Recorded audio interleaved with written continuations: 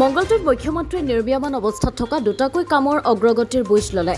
প্ৰথমে 15 কিলোমিটাৰ দৈৰ্ঘ্যৰ মঙ্গলদৈ সেউজ বাইপাছ আৰু দ্বিতীয়তে স্কিল ইউনিভাৰ্চিটিৰ মঙ্গলদৈ চহৰখনৰ যান-জঁটৰ পৰা ৰক্ষা পোৱাৰ লক্ষ্যৰে 535 কোটি টকা ব্যয় সাপেক্ষে 15 কিলোমিটাৰ দৈৰ্ঘ্যৰ সেউজ বাইপাছ নিৰ্মীয়মান অৱস্থাত থকা আৰু চহৰখনৰ নিকটৱৰ্তী গেৰিমাৰীত নিৰ্মীয়মান অৱস্থাত আছে অসম দক্ষতা বিশ্ববিদ্যালয় অৰ্থাৎ স্কিল ইউনিভাৰ্চিটি।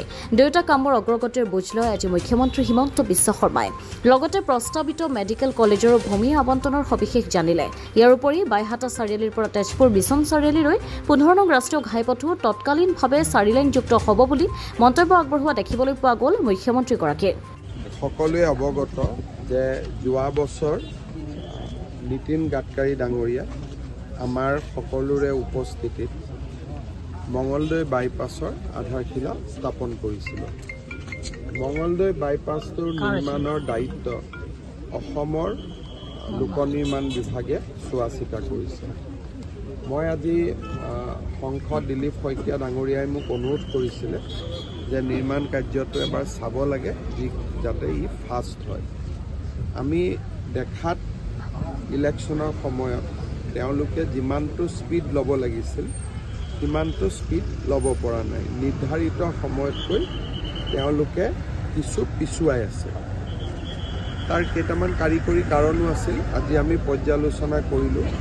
আমাৰ লক্ষ্যটো হ'ল যে এই বাইপাছটো 2025 চনৰ ভিতৰত আমি নিৰ্মাণ কৰি ৰাইজক দিব লাগে আৰু সেই উদ্দেশ্যেৰে আজি মই ইয়াতে এবাৰ চাই গ'লোঁ। ভৱিষ্যতে মই মাজে মাজে আহি আকৌ চাই থাকিম যাতে 2025 চনৰ ভিতৰত আমি মঙ্গলদৈ বাইপাছটো দৰং জিলাৰ ৰাইজক আমি উপহাৰ দিব পাৰোঁ। আপোনালোক সকলোৱে জানে যে এইটো 341 কোটি টকা কেন্দ্ৰীয় চৰকাৰে ব্যয় কৰিছে আৰু প্ৰায় 95 কোৰ্চ আমি ভূমি অধিগ্ৰহণৰ বাবে ৰাইজক আমি দিছিলোঁ। এতিয়া ৰাইজে সহযোগ কৰিছে, ঘৰবিলাক উঠিও গৈছে। গতিকে আমি ভাবোঁ যে ইয়াৰ পৰা অলপ বৰষুণটো কমিলে আমি কামখিনি ফাষ্ট কৰিব পাৰিম। বিশেষকৈ যদি আমি আগষ্টৰ 15 তাৰিখ বা ছেপ্টেম্বৰৰ পৰা বৰষুণ নাথাকিব, ফুল চুইং যদি আমি কাম কৰিব পাৰোঁ তেতিয়াহ'লে অহাবাৰ বানপানীৰ আগতে আমি ৰাস্তাটো বহুত পৰিমাণে উলিয়াই দিব পাৰিম। 15 নম্বৰ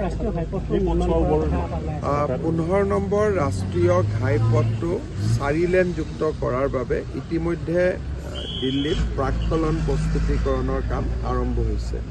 ইয়াতে আহি তেতিয়া আমি গম পাম কষ্ট কিমান লাগিব, লেণ্ড একুইজিশ্যন কিমান লাগিব। প্ৰায় 6 মাহমান সময় প্ৰাককলন প্ৰস্তুত কৰোঁতে লাগিব। কিন্তু প্ৰজেক্টটো ইন প্ৰিন্সিপল ভাৰত চৰকাৰে এপ্ৰুভেল দিছে। খালি যিখিনি মাটি অধিগ্ৰহণ, মাটি লোৱা, তেওঁলোকে আমাক ক'ব কিমানলৈকে মাটি ল'ব লাগিব। গতিকে প্ৰাৰম্ভিক কামখিনিত অলপ সময় লাগে, সেই প্ৰক্ৰিয়াটো এতিয়া চলি আছে। ইতিমধ্যে আৰক্ষীয়ে কৈছে আৰু মই বৰ বেছি অনুসন্ধান থকা কথা তাত বৰ বেছি কোৱা উচিত নহয়।